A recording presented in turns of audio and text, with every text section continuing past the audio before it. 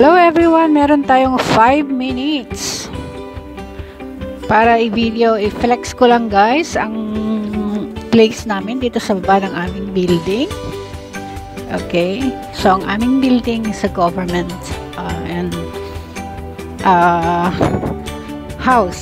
government house, and I mean government property, para yun ang tamang meron kindergarten, day nursery, ayan.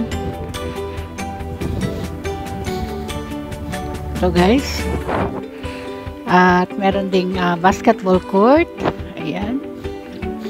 So ito kabuuan po ng kindergarten. Sorry, maganda siya at mababait ang mga teacher. Dito nag-daycare ang aking bunso, ang aking dalaga. Ayan. Napakaganda. Pinsan pag umuulan guys, dito nag-exercise yung mga matatanda. Ayan. Dito yan sa my first floor. Kasi merong dalawang entrance ang aming building. Ayan. May nagtanim ng kamote. Wow! May nagtanim ng kamote, oh. Galing naman. Tama ang kanilang ginawa. Ayan, merong 3 basketball court na malalaki. Ayan. Ay, may nagbibilad ng nagdra-dry ng mga skin ng mandarin.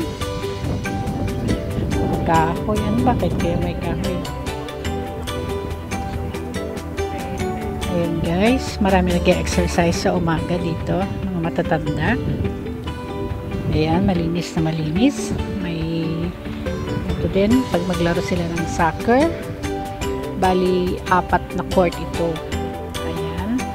At dito sa first floor, dito ka mag-exit kung mag-take ka ng mga buses.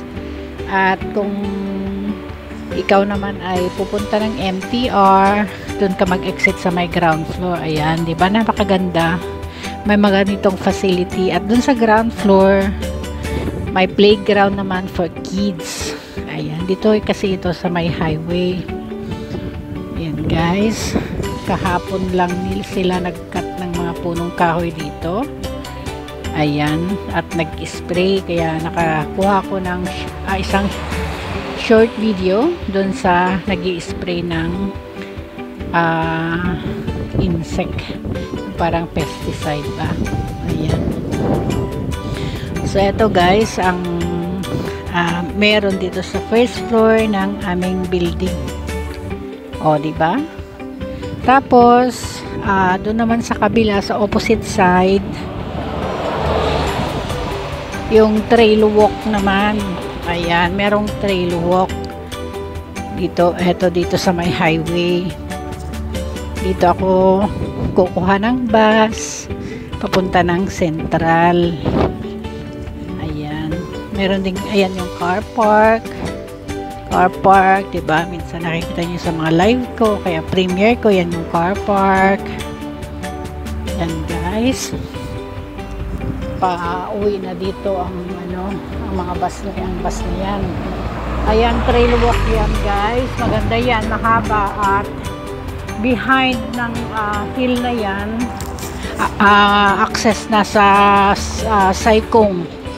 So pag may hike ka dyan sa taas at doon sa pinakatuktok ng bundok, diretso yan bali lakarin mo yung bundok na yan, syempre pang hiking nga. Tapos pagbaba sa kabila ng bundok, ayun sa Saikong na. Ayan. At ayan, malinis na malinis ang daan kasi naglinis sila kahapon. So ayan guys, 'di ba? Ayan ang kabuuan ng first floor ng aming building. Ayan. Ayan guys, is a property ng government. Pwede mong bilhin sa kanila or for rent lang. Yung for rent is forever rent. At kung gusto mo namang bilhin, syempre mas mura kaysa dun sa mga private house, private na building. So, yung katulad namin guys na hindi afford ang bibili ng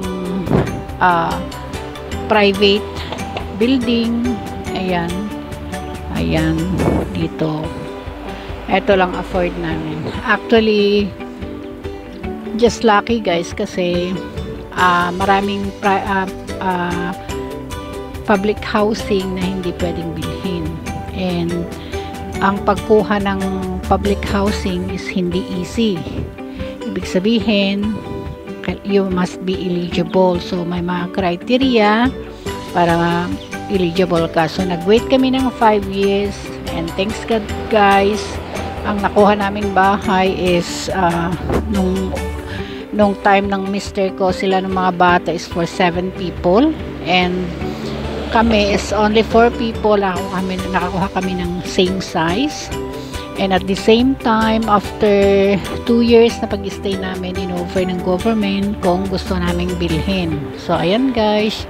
Siyempre, hindi binitiwan ng mister ko. Nag-oo siya kasi, yun nga, nakita nyo naman, full harbor view, diba? So, guys, napahaba na itong premiere ko. Ayan. Thank you guys once again sa inyong panonood. Kung ano-ano na ang aking nai-premiere kasi diba wala naman akong live guys sa mga short video at saka premiere na lang.